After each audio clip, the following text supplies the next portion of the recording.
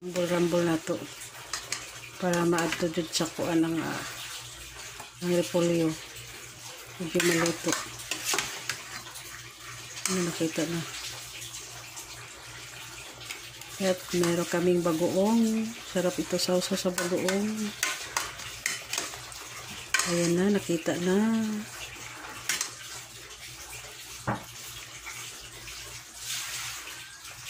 Ayan guys, kita ng ating sahog na may taba, konting taba.